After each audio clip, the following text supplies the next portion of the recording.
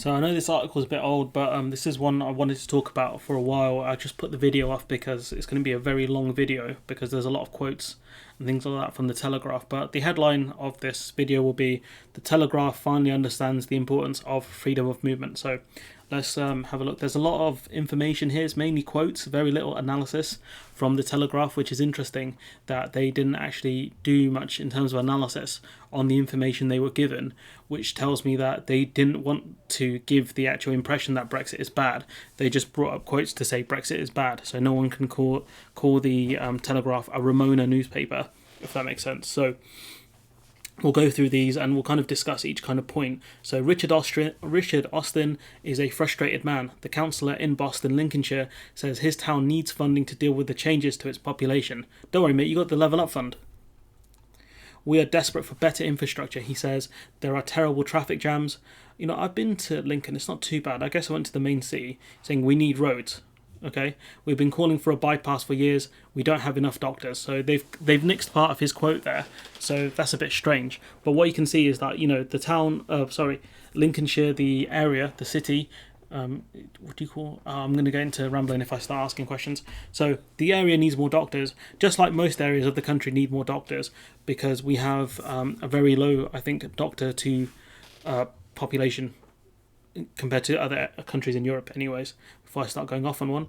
Parts of Boston's issue is a surge of foreign nationals. So they're saying here that part of the issue is because we had so much immigration from the EU.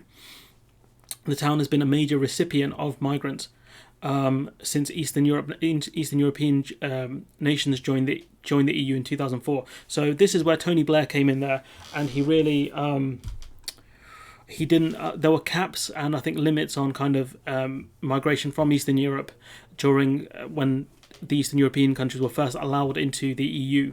But Tony Blair got rid of those. Other countries had them in, like Germany. So that was a choice Tony Blair made to push the economy, and this is something they talk about here.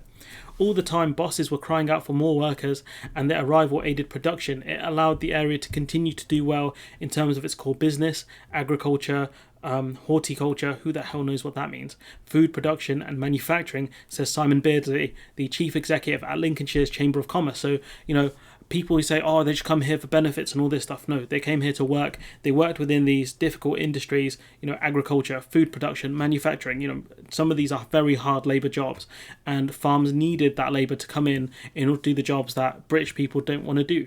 And if you want evidence of British people not wanting to do those jobs, look at the farms that have no staff, because British people don't want to do those jobs and foreign nationals can't come in to do them.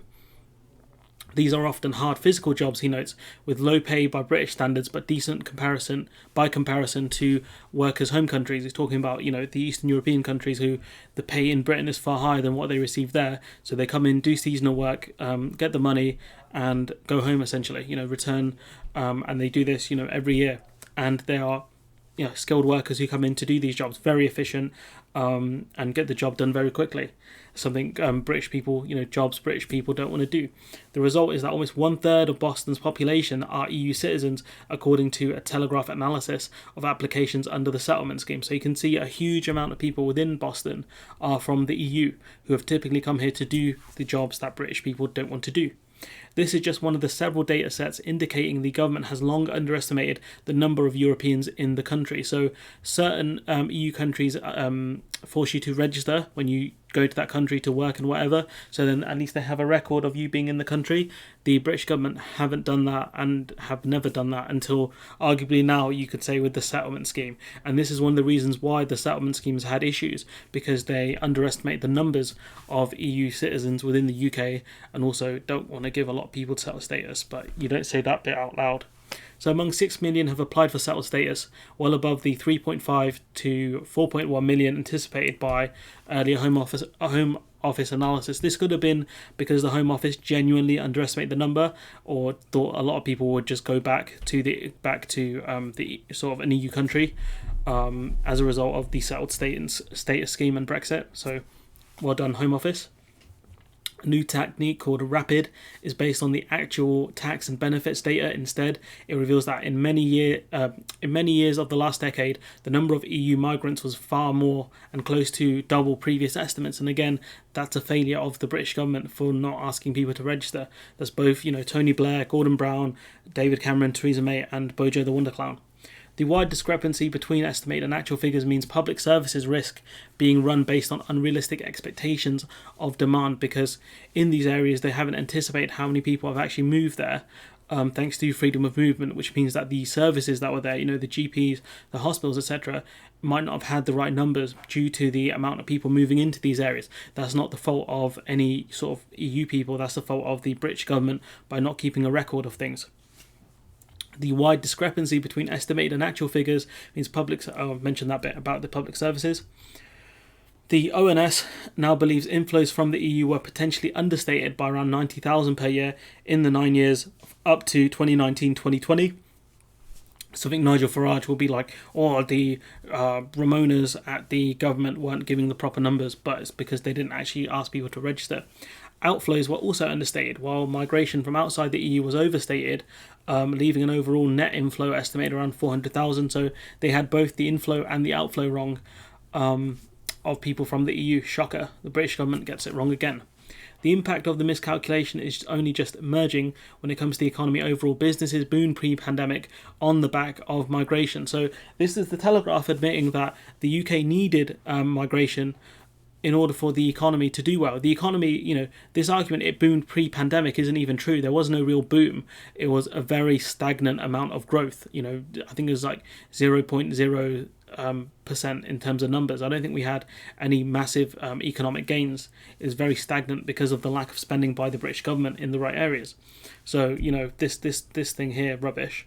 The additional supply of labour has been particularly welcome in suffering labour shortages such as social care, hospitality and food processing, who simply don't attract enough UK applicants. And again, there is that argument that British people either don't want to do these jobs because these jobs are very labour intensive and very difficult to do, or it's the fact that these companies don't pay enough. So right now we're seeing wage hikes and things like that in certain industries. So now we're going to see if that argument holds sway, and how strong is that argument that British people don't want to do these jobs because of low pay? Because to an extent that is true, and now we're going to see that come to reality, if that makes sense. Tony Wilson at the Institute for Employment Studies says that overall there isn't much evidence of migrant workers having held down wages or led to higher unemployment. Again, from what I've read, it's at 0.1 to 0.3%. And to an extent now we are seeing wages go up as a result of the lack of people coming here for freedom of movement. So again, I kind of, to a very minimal extent, I disagree with this. But also because we've had people to come in to do these jobs, and we've had a surplus of goods, talking about, sort of agri-foods and things like that, that has kept prices down a bit, if that makes sense, because we did have supply. So if it was the case that we had a shortage, prices would shoot up like we saw in the last year, and we are continuing to see, if that makes sense, with most job creation in the past decade in higher paying roles. So that's quite interesting.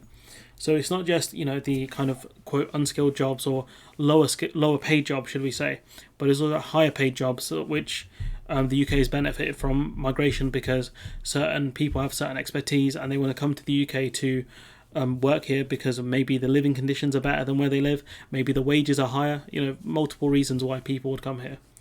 Previously anyways. So Madeline Sumption at the University of Oxford's Migration Observatory says the overall effects on the economy are generally positive. The labour market is dynamic and employers create jobs if people are there to take them, which is true. But at the same time, now we're seeing employers have and create jobs where there's no one to work there. We've documented a lot the labour kind of crisis within the UK. So again, I kind of disagree again with her kind of statement there. I know it's very dangerous to disagree with academics, and I only do that, in certain circumstances. Higher numbers also shifted the structure of some parts of the economy. The soft fruit industry is bigger because of migration, which makes sense because right now there's a shortage of workers and we're seeing issues within that sector. We needed migrants, we needed seasonal workers to come here to help in these industries, and those industries did really well until now. as picking is a labour-intensive activity, she says. It's not the best pay and it is labour-intensive. Right now we're seeing farms increase the wages, but people aren't going into these sectors. Wonder why? It's because it's labour-intensive, obviously. Although migration has typically lifted the nation as a whole, it can be more complex with areas that have large concentration of potentially undercounted migrants. And again, that's not their fault, that's the fault of the government. That's why you do a census, but clearly that's not enough considering they only do one every 15 years.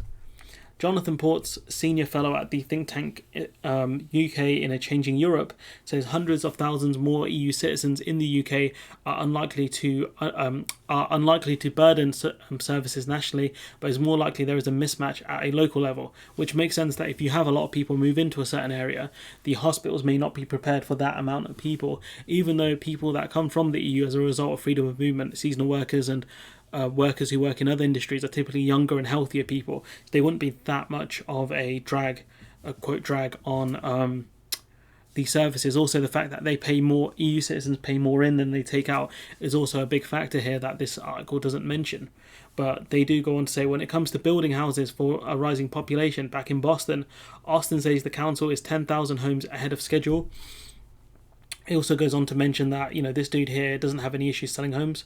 Other services also have catching up to do.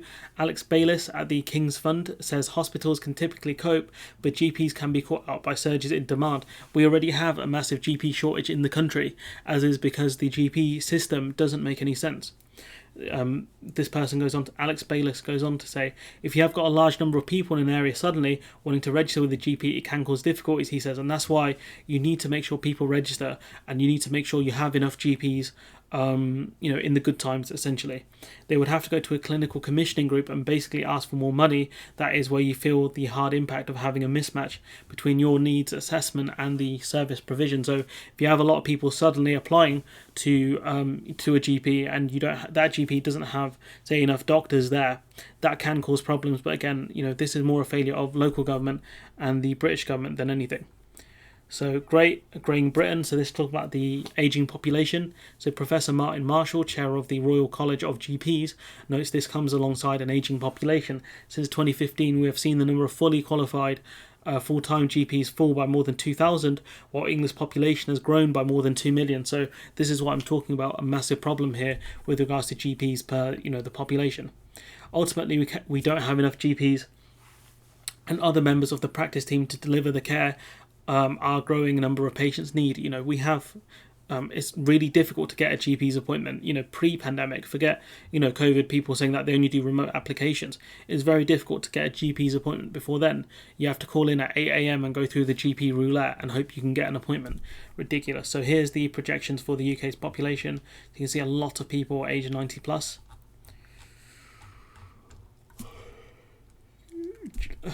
Excuse me. So a lot of older people in that age range. I don't think that's going to happen, but who knows at this point. On the other hand, migrants are valuable workers in care, so the unexpected inflows have helped. Having people come in to work within care homes has helped this industry. Bayliss says 13% of nurses and almost 30% of doctors were qualified overseas, whilst almost 40% of London's care homes identify as non-British. So you can see we relied heavily on GPs from overseas and on nurses from overseas. Obviously, there's a distinction here. This is just general sort of foreign nurses and doctors rather than EU versus non-EU doctors and nurses, but 30% is very high. Very, very high in terms of the amount of doctors we train in the UK. It says, we are really dependent on people we recruit from overseas. More recently, some areas have seen a drop in the number of migrants due to the pandemic. Services that have adapted to higher numbers, such as schools, face a shock as pupils disappear and funding drops away because schools are funded per pupil. And so if you have a drop in students within that area, say, for example, certain people from the EU return or go to another EU country and take their kids with them because no one's going to leave their kids in a foreign country, you're going to have the case where schools are going to struggle because they're not going to have as many pupils as they predicted. So this person goes on to say, we've seen some schools in areas like London reporting a fall in expected pupil numbers due to a combination of fewer EU migrants post-Brexit and families moving out of the capital due to lockdowns, which makes sense. Says Emily Hunt at the Education Policy Institute, this may present a risk for the sustainability of school budgets as their spending plans will have been predicted on the high rates of funding due to a higher number of pupils. So you can see that, Brexit and kind of the leaving of EU citizens has had a massive impact on the country, economically and on schools. There's a bit more to go, so hopefully no one's fallen asleep yet. But you can see the massive impact kind of the end of freedom of movement has had on the country. The drop also troubles businesses. Rob Holliman of the Young's Transport says the government has failed to appreciate the industry's reliance on foreign drivers, this is about lorry drivers, leaving firms struggling to get goods where they are needed. And obviously, if a haulage company can't fulfill a contract, they're not going to get paid. He goes on to say, I don't think the government is anything like aware of how crucial, particularly Eastern European drivers are to our country, says Holliman, who has a fleet of more than 100 drivers, so someone who potentially knows what they're on about. Pay is soaring as the sector is about 100,000 lorry drivers short. Shops will have to go short or pay more, or both. So you're going to see drivers getting paid more, but also the fact that certain shops aren't going to have products that customers are going to want because they're not going to be able to get stock in. Eventually, non-EU migrants could save the day. So this is the good migrant versus, I guess, the bad one in some ways. Jonathan Thomas at the Social Market Foundation says the post-Brexit regime looks more liberal for much of the globe. I mean, the issue is that you're going to have foreign drivers come in from non-EU drivers, and they're still going to have to take tests because the driving tests in their country might not be as stringent as ours. So this argument that he's making here is very stupid. Very, very stupid. So he says our new system is straightforward and effective. This is the Home Office saying that, no, it's not, because it's not working. It's not straightforward or effective because we have a massive driver shortage. If you want to argue that we're using an Australia-based point system to make up for the sectors that we lack in terms of workers, it's not working, is it, pal? Because we have 100,000 driver shortage and you had around 25,000 EU drivers leave. So your system is not working at all. It prioritises the skills we have whilst attracting the brightest and best international talent. Our economy needs to grow. I mean, that's not happening at all. They're not coming here. The best and brightest of the EU aren't coming here anymore, and the best of brightest all around the world aren't coming here anymore. It's just, this is nonsense right here. They go on to say, if you're looking for a country where the economy is restarting and you can get vaccinated, the UK seems a relatively good place. I mean, the vaccination rates in the UK have dropped off massively, so that's not true either. So this person, this is, there is evidence migration is picking up again, great, but we need lorry drivers, we need people with certain expertise we're not getting. And this is the problem with an article like this, it's very lazy because there's no analysis here, it's just quotes. And so what I'm trying to give you is actual analysis. What articles like this give you is just a list of quotes saying, oh, this person says this is a problem, this person says this is a problem, this person says no, this is not a problem. And so bear with me, just see if we've got a name on this article. Tim Wallace even, very lazy reporting. He's just on a fact-finding mission, essentially no analysis here. If this was an essay, you'd get probably a D for this because it's just other people's work. Anyways, I'm going to leave it there. What you can see is freedom of movement was very important for the UK, and in the areas where freedom of movement did impact services and things like that, that's the result of the British government not having enough GPs and not asking people to register when they come here to live long term or short term. That's a problem the British government had, but we don't have that anymore because people aren't coming here anymore. Anyways, I'm going to leave it there. Let me know what you think in the comments below. Like, comment, share, subscribe, and hopefully I'll see you in the next one.